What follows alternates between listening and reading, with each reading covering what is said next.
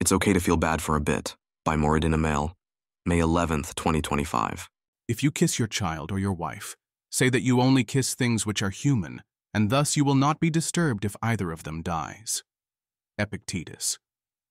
Whatever suffering arises, all arises due to attachment. With the cessation of attachment, there is the cessation of suffering. Pali Canon. An arahant would feel physical pain if struck, but no mental pain. If his mother died, he would organize the funeral, but would feel no grief, no sense of loss. The Dhammapada. Receive without pride, let go without attachment. Marcus Aurelius. 1. Stoic and Buddhist philosophies are pretty popular these days. I don't like them. I think they're mostly bad for you if you take them too seriously.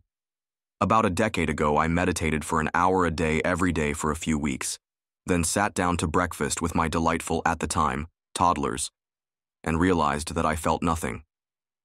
There was only the perfect crystalline clarity and spaciousness of total emotional detachment.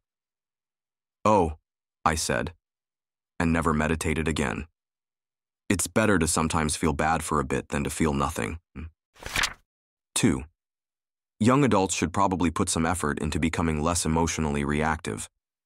Being volatile makes you unpleasant to be around and undercuts your ability to achieve pretty much any goals you may have.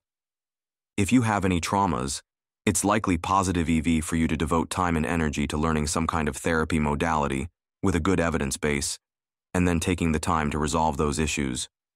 In my opinion, for most people, once you have fixed about 60% of your emotional reactivity and 90% of your psychological triggers, you have hit a point of diminishing returns. In fact, past that point, I think further investment in making yourself non-reactive and unattached, and removing all minor triggers from your psyche, is pathological from the perspective of actually trying to be happy and to do things with your life.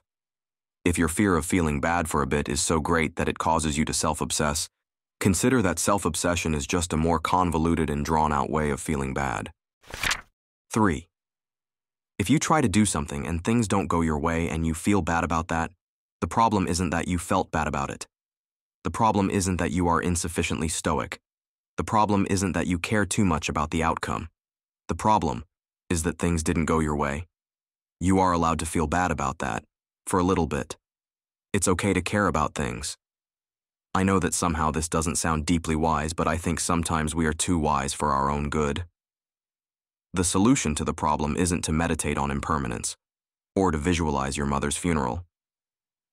The best thing to do when you feel bad because things didn't go the way you wanted, essentially always, is to determine what you can do to practically address the actual situation as it exists in objective, external reality, and then act upon your decision. If the impacts of your mistake can be mitigated, then you should use the negative emotion you feel to motivate you to take the actions necessary to do that.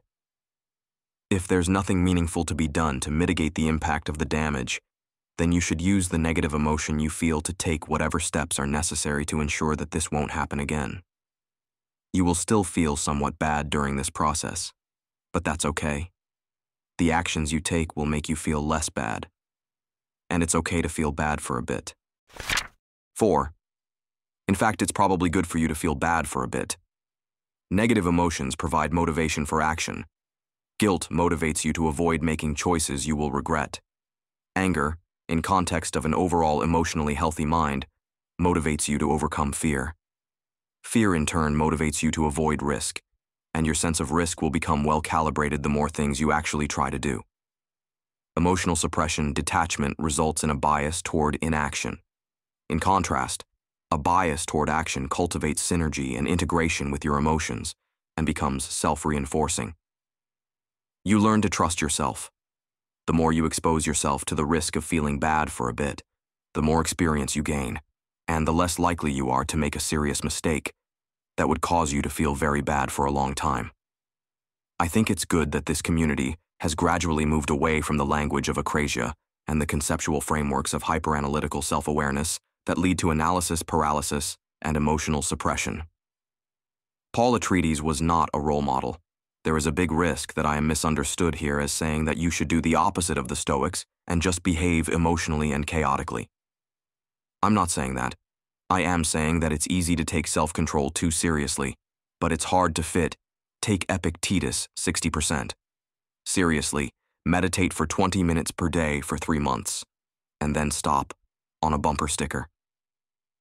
It's okay if this post is misunderstood. I'll only feel bad for a bit.